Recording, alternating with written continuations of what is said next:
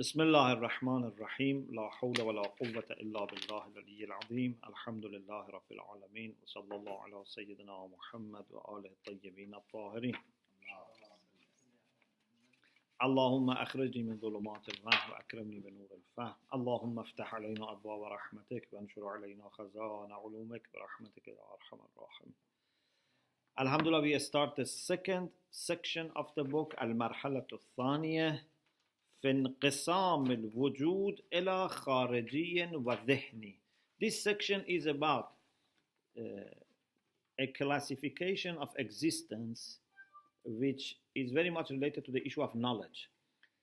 We say wujud or existence is either khariji, external, or dhihni, mental. Okay, so there are two types of wujud.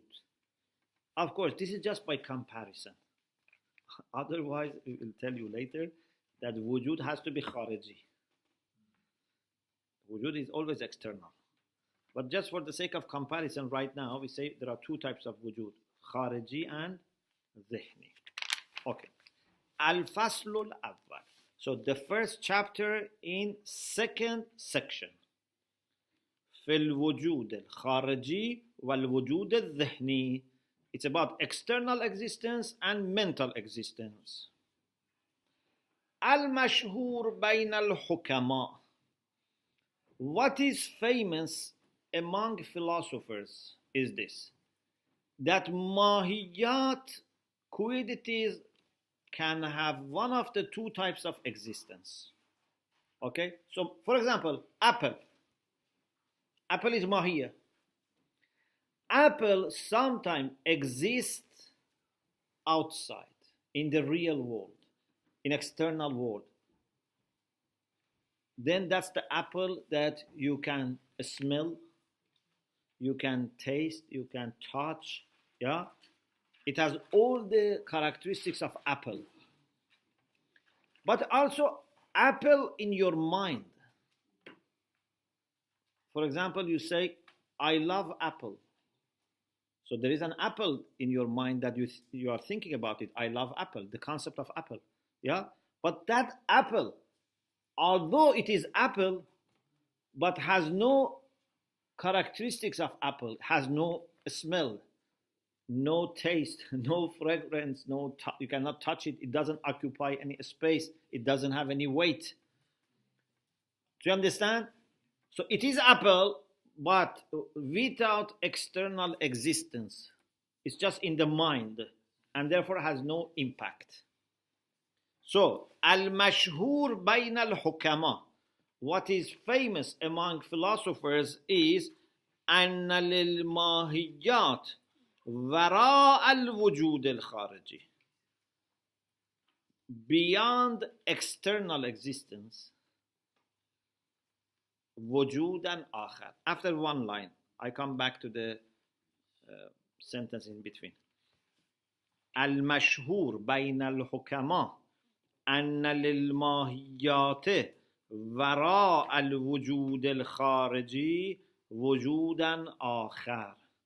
What is common among philosophers is that for qualities beyond external existence, there is another existence. Okay? Apple in the external world, apple in the mind.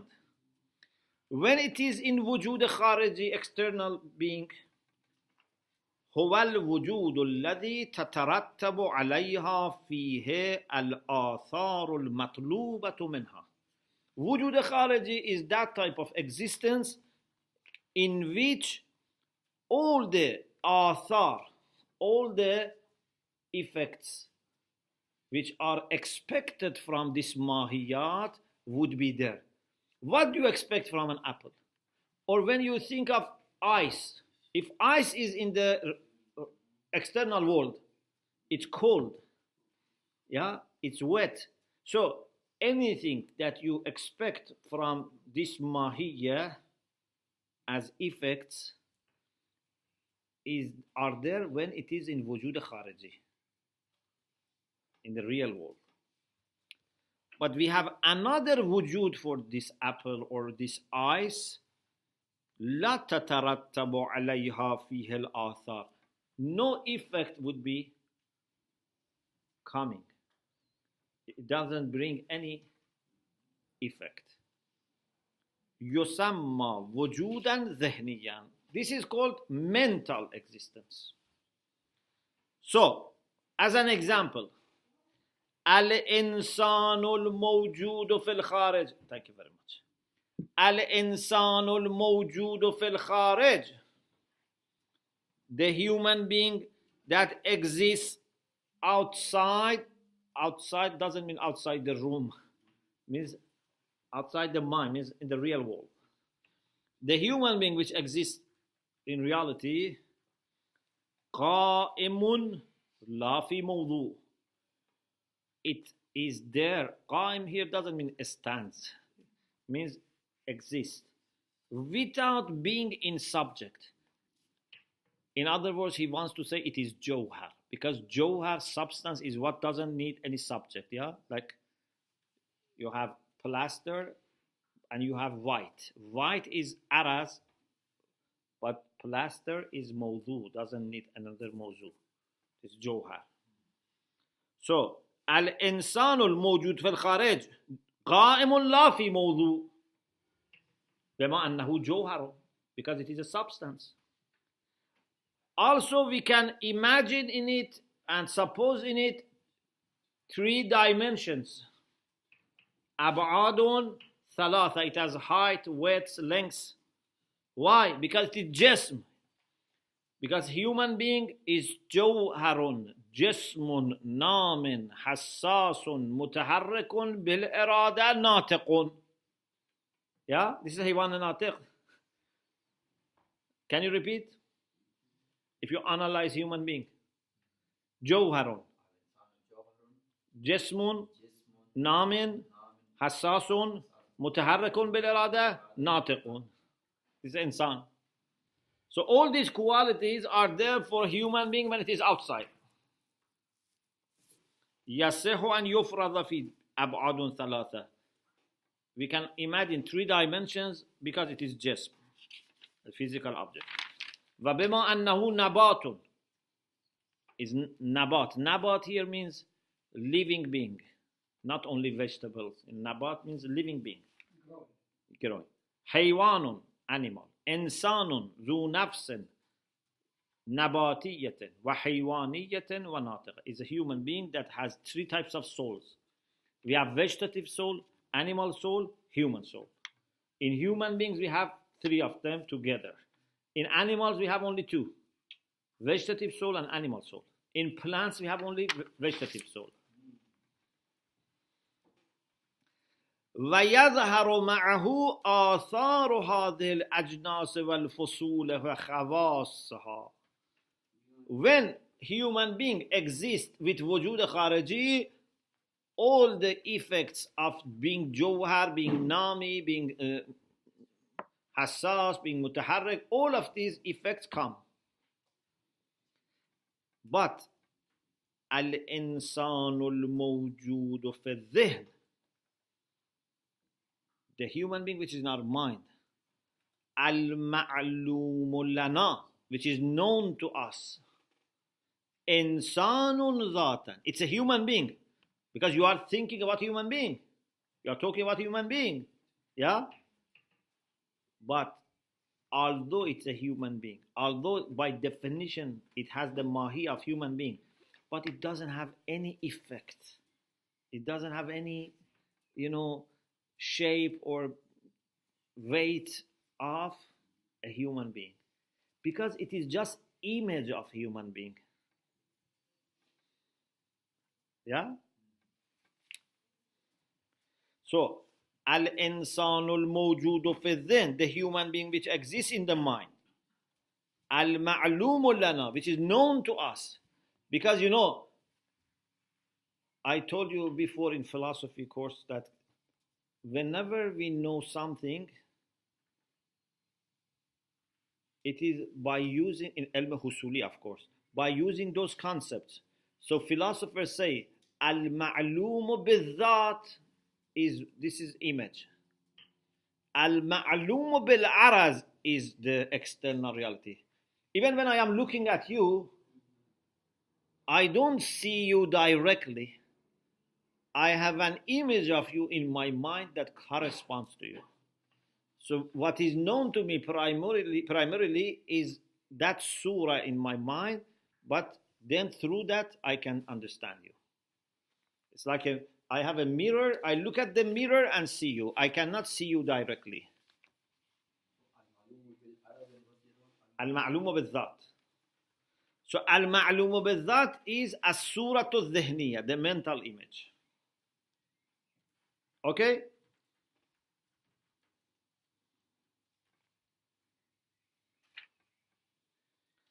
So, al-insanu al-mawjudu fi dhihn, the human being which exists in the mind, al-ma'lumu lana, which is known to us, insanun dhatan. It's a human being by essence. Wajidun lahadi, it has the definition of human being. Yeah?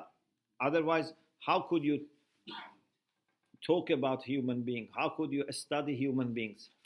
If this concept is not reflecting humanity, you could not talk or discuss about human being. But what is important, it's not that a human being has come to your mind.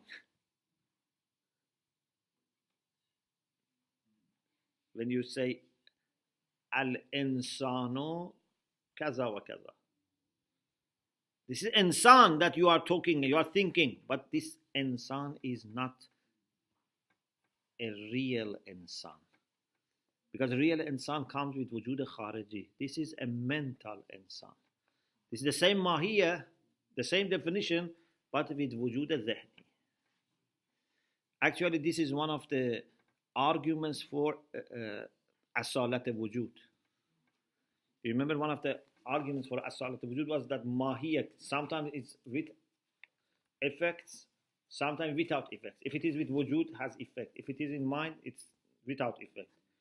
So we said it shows that mahiyya by itself doesn't need and require reality. You remember? So,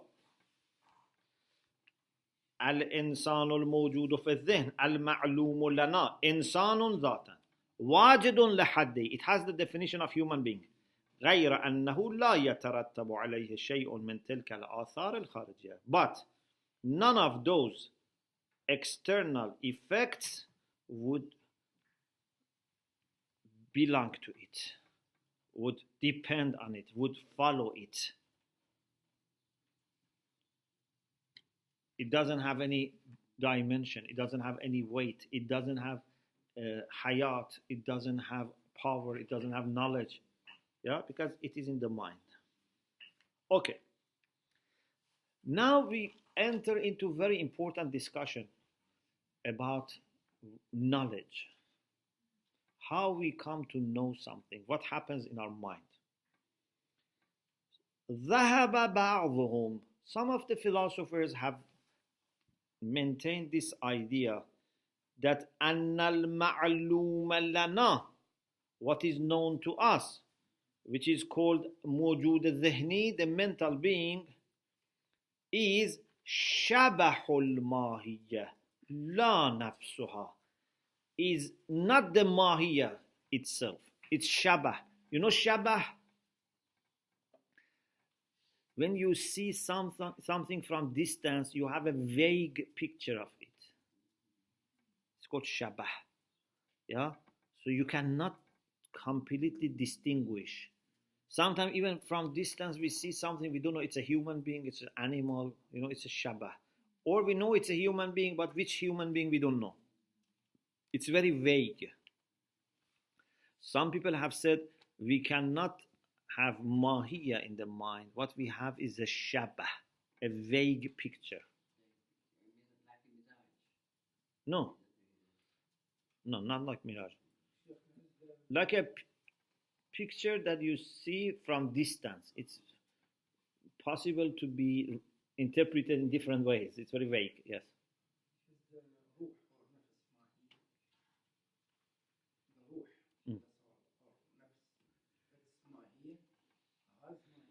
No, ruh has mahiyya, has also wujud.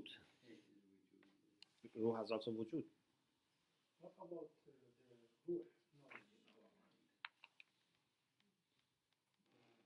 The knowledge So anything can be looked at it as being or as mahiyya, apart from Allah. Allah is only being, but mumkinat is a كل ممكن زوج تركيبي من وجود وماهية.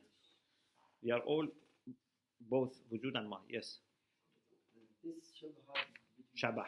Shabah. Shabah. We use one with the another half. What's the difference between these? And that means similarity.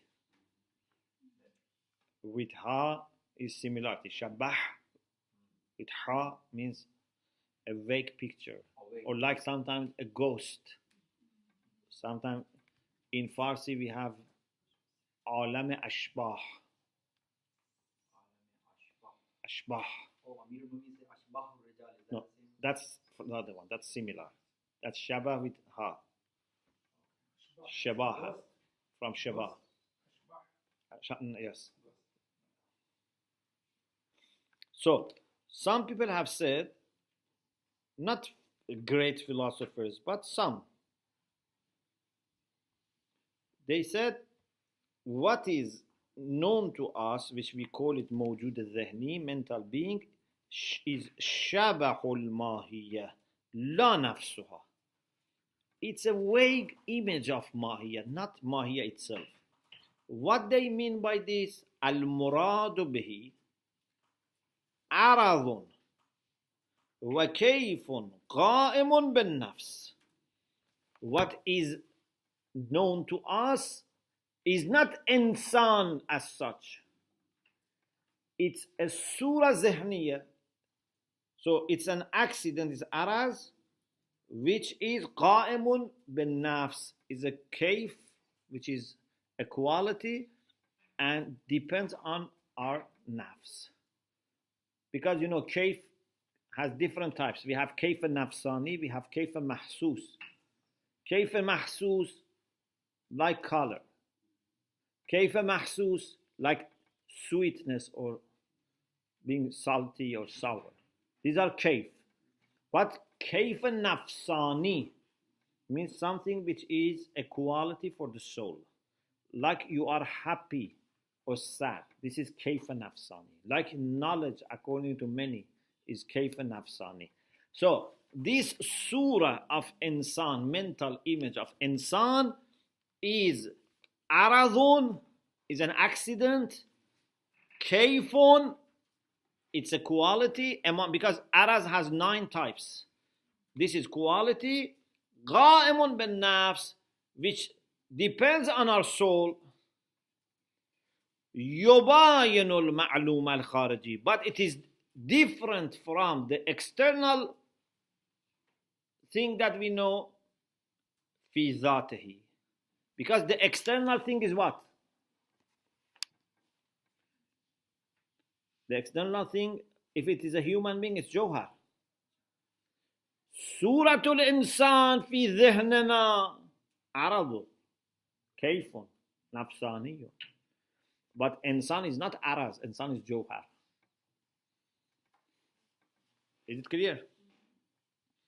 Yes, sometimes both can be araz. For example, my knowledge of the color of something. That color outside is araz, knowledge is also araz. But these two araz are different. One is kayfa mahsus, one is kayfa nafsani. Okay? So, pardon? Okay. Yubayinul ma'lum al-khariji, it is different from the external ma'lum. Ma'lum means knowables, what is known to us. It's different from that fi dhati, in its essence. Yushabihuhu, but it is similar to that. In the sense that yahkihi, it can somehow relate to us. It can somehow resemble it and let us get an idea about it. في بعض خصوصياته. For example, Surat al-Faras. If someone on the wall here paints a picture of horse, is this horse or this is, for example, cow? You say this is horse. Yeah, so it's a surah of horse. But is it really horse? Horse is Johar, but this is Aras. Horse can move, has life, but this has no motion, no life. So some people thought when we understand horse, we have an image in the mind like the image on the wall. So different essence. It's not really horse. It's just a painting, like a painting in the mind. كسورة الفرس المنقوشة على الجدار, like the picture of the horse which is painted on the wall. الحاكية للفرس الخارجي, which relates to us. حكاية means what? Means to relate, to represent the external horse, فرس الخارجي. Allah Mutabatabay says, هذا في الحقيقة سفسطة. In reality, this is safsata. Means this is denial of reality and denial of the possibility of knowing reality. Sophists, we had in the previous book. In Greece, there were people who were called Sophists. These people were lawyers and solicitors, So they used to argue on behalf of their clients. And they were so capable that no matter whether you are right or guilty, they could prove you are right. If you pay them, they can prove you are right. Then little by little, what happened? They thought, it seems there is no reality. It's in our hand. We can make someone guilty or we can make someone innocent. So they denied reality. Perhaps this was the punishment of their lack of commitment to the truth. So these are called Sophists. And philosophers is the title that Socrates gave to the lovers of Hikmah, wisdom. Philosophia means lover of the knowledge, or Hikmah, Sophia, wisdom. So these people are indeed stopping the way for falsafa, stopping the way for understanding what happens outside. We cannot have knowledge. Why? Because you can never understand human being. You can never understand horse. You can never understand elephant. What you have is only a picture which is very vague.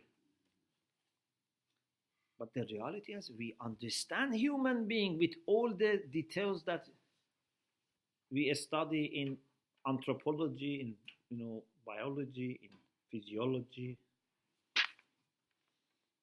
So we don't accept this idea. The second opinion, وذهب بعضهم إلى إنكار الوجود الذهني مطلقا. Some philosophers and theologians have gone to this position. They said we don't have any wujud al-dhihni. There is no mental existence. Nothing comes to our mind. Then if you say, so how we can know something? They say, ilm is idafa, is nisba, is a relation. When we know something, between my mind and that object, there would be a relation. That doesn't come to my mind. My mind doesn't go out. It's just relation. Okay? It seems nice, but it is problematic. Because as we said, we cannot have direct understanding of outside. It has to go to the mind. what you say about, for example, things that don't exist directly outside. For example, when we say sharikul bari mumtana'un, yeah, so to which you want to establish relation. If you say knowledge is relation with the external reality, there is no sharikul bari so that we can talk about it. Or when you say in negative sentences, Zaydun laysa biqa'iman. So there is nothing there that you can say this refers to it. So ذهب بعضهم إلى إنكار الوجود الذهني مطلقا. Some of them have completely, absolutely denied mental existence. وأن علم النفس بشيء إضافة خاصة منها إليه. They have said that knowledge of the self about something is a relation from the self or soul to that thing. So there is nothing taking place in us. We have only one reality outside, and this is the relation. But there are few objections to this second theory. The first theory was what? Shabah. The second theory is idafa. Yarudduhu refutes this point, this argument, few things. Al-ilmu bil-ma'dum. One of the things that you can use as an objection is when we know something that doesn't exist. Like we know that Sharikul Bari is not there. لا معنى محصلا للإضافة إلى المعدوم. There is no meaning that is understandable, which is not absurd, for having this negative sentence outside, or this ma'dum outside. When we say Sharikul Bari mumtana'un, where do you want to put Sharikul Bari so that we can have relation with it?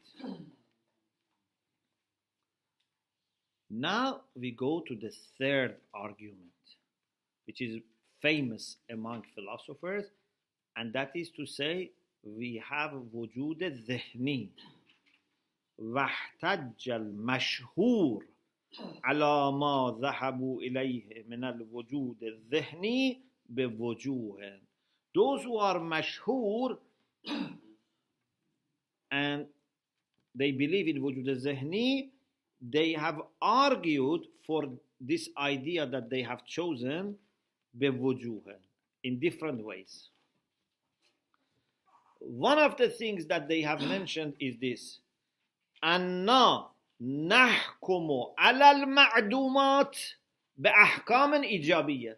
Sometimes we take something, the concept of something which does not exist, but then we bring positive statements. نحكم على المعدومات بأحكام إيجابية. Like what? بحر من زيبق كذا. A sea from Zaybaq. Zaybaq is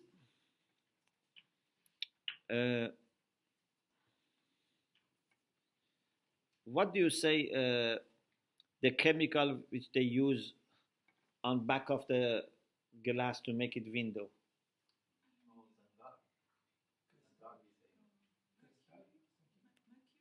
No, we say jive. Jive, it's a like metal, but it's very liquid, and if you put under sun, it becomes moving. Mercury? Okay. So imagine a sea from Mercury. This doesn't exist. Yeah? But you can think about it. And you can talk about it. You can say, for example, a sea from Mercury is very expensive. Yeah? So although it doesn't exist, you can talk about it. So if it's not in our mind how can we talk about it and we describe it? أننا نحكم على المعدومات بأحكام إيجابية. For the things that don't exist, we bring affirmative rulings. Like بحر من زئبق كذا. A sea from Mercury is expensive, or whatever. Or we say اجتماع النقيضين غير اجتماع الضدين. You know the difference between naqidain and ziddain? Naqidain means contradictory things. Anything and its opposite. For example, ziddain has to be existential. Two opposite things which are existential, they are called ziddan. Okay? Like, for example, day and night, we can say, or for example, cold and hot, perhaps we can say. But tanaquz means cold and not cold. And not cold. Or, for example, even white and black. This is the opposite. But there can be also something which is not white and this is not black. It could be third. Gotcha. This is not No, this is zeddan. White and black is zeddan. Amran in Al-Mantiq, Marhum Muzaffar defines zeddan. Amran wujudiyan yata'aqaban ala mawdu'in wahid. Yata'aqaban or yatawaradan, you can say both. Two existential things that can belong to the same subject. For example, something can be white or can be black, but cannot be both at the same time. And some people have said أمران وجوديان يتواردان على موضوع واحد بينهما غاية الخلاف. Between them is maximum difference. Therefore, they say black and white are ziddan, but black and blue are not zid. Because blue is a mixture of black and, for example, white or something in between. So some people say should be 180% different, two sides of the spectrum. In any case, tanaquz is different from tadad. Okay? So, you say tanaquz is different from tazad. So you are talking about both of them, but in the real world, external world, we don't have tanaquz and we don't have tazad. Okay? إلى غير ذلك والإيجاب إثبات. So you may say, okay, what's the problem? We say, when you are affirming something for ma'doom, affirmation needs existence of ma'doom. You remember we said إثبات شيئا لشيء فرع ثبوت المثبت له. When you affirm something for a sea from Mercury, when you affirm something for contradictory things, so they must exist somewhere so that you can bring this judgment, this predicate for them. وَإِثْبَاتُ شَيْءٍ لِشَيْءٍ فَرْعُ ثُبُوتِ الْمُثْبَتِ لَهُ. When you affirm something for another thing, it requires that that thing must be there. فَلِهَذِهِ الْمَوْضُوعَاتِ الْمَعْدُومَةِ وُجُودٌ. So these subjects which don't exist have to have a kind of existence. They are ma'doom, but they should exist somewhere. And because they don't exist outside, so they must exist inside our mind. As laysa fil kharij, and since their wujud is not in kharij, فَفِي مَوْتَنٍ آخَرٍ, should be in another place, which we call it dhihn. We call it mind. Okay? So, the first argument for proving that there is something in our mind is to refer to al-qadaya salibah. Okay? When you affirm something, or not say saliba, say mujaba, but subject is negative, is ma'dum. Okay? When for something which is ma'dum, you approve something. 2. أننا نتصور أمورا تتصف بالكلية والعموم. We conceive of the things which are general. For example, al-insan al-kulli, humanity in general. Al-haywan al-kulli, animal in general. Question: do we have outside general human being, general animal? We don't have outside. But you are able to think about them, so they must exist. So where do they exist? They exist in the mind. At tasawwuru, when you conceive them, this is isharatun aqliyya. This means that you are pointing at it with your aql. And this cannot exist illa bimusharin ilayh mawjudan. How can you point at something when what you point at doesn't exist? When you think of general humanity or general animal, it means that you are pointing with your mind to them. They must exist. So there must be somewhere general human being, general animal. وَإِذْ لَا وُجُودَ لِلْكُلِّ بِمَا هُوَ كُلِّ فِي الْخَارِجِ. And because kulli as such cannot exist outside, we cannot have general humanity, general book, general animal outside. فَهِيَ مَوْجُودَةٌ فِي مَوْطِنٍ آخَرٍ. So they must exist in another domain. And that is dhihn, in our mind. Okay? So when you say al-insanul kulli is something, al-insan, for example, no, you understand insan, which is general, and this cannot exist outside. الثالث إنا نتصور الصرف من كل حقيقة. We can understand, we can conceive mere mahiyya of anything. Yeah, as surf. You remember we had this surf shay la yatathanna wa la yatakarrar. We said sometimes we understand something in its simplicity, in its, essence without addition. For example, just whiteness, bayad without any addition. We said it doesn't repeat. Yeah, we said bayad cannot be 2. Wujud, just wujud without any addition, is 1. I don't know. Sweetness, just sweetness, not sweet sugar, not sweet candy, not sweet fruit, just sweetness. This is surf, means without anything added to it.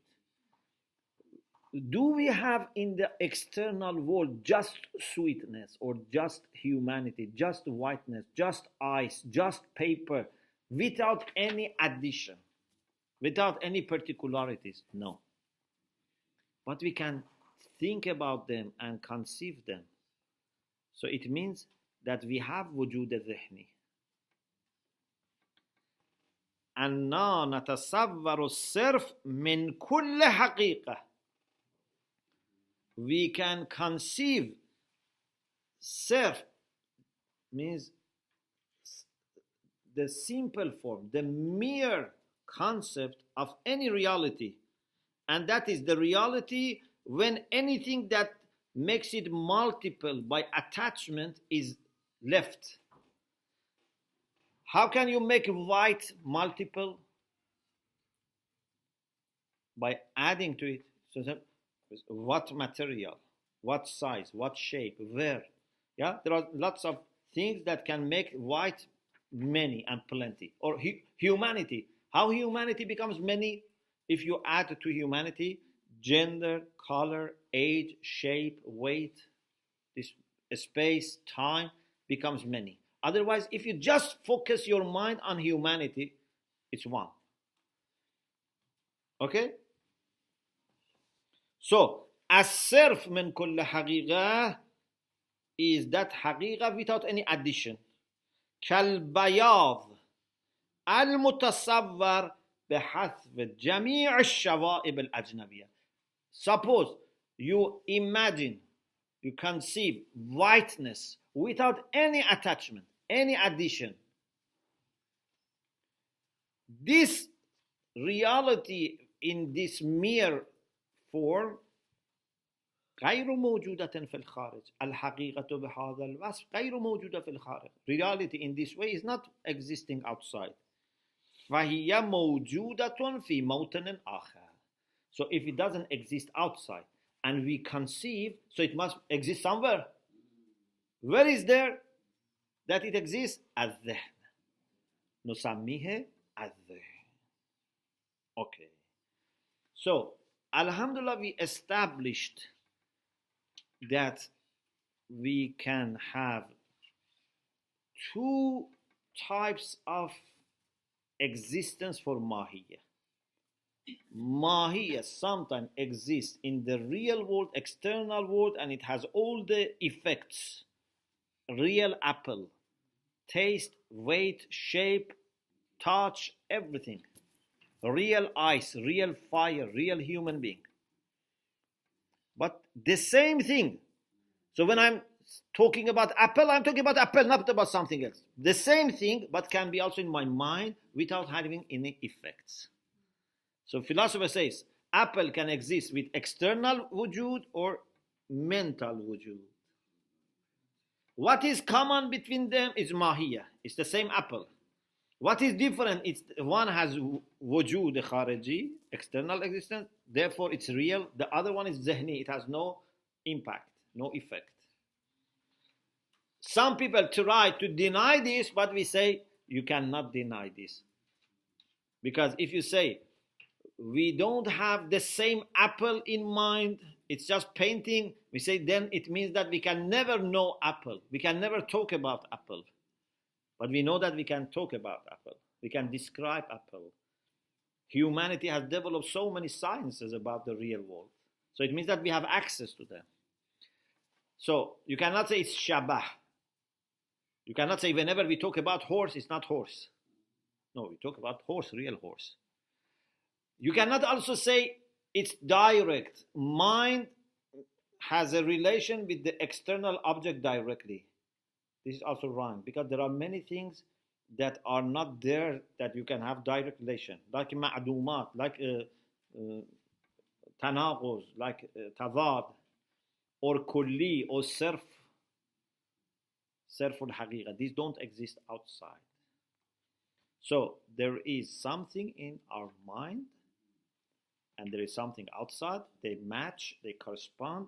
What is known first and primarily to us is this one. But what is meant, what is most important for us is that one, the real one. Okay. Now, there are some objections. After bringing 3 arguments for wujud al-dhihni, there are some objections. I am a little bit concerned that if I mention objections, maybe it's early. So maybe I stop here. If you have questions, we can discuss. We leave this for when you study the first part, do mubahasa, then we go to the objections. Alhamdulillah, Rabbil Alamin.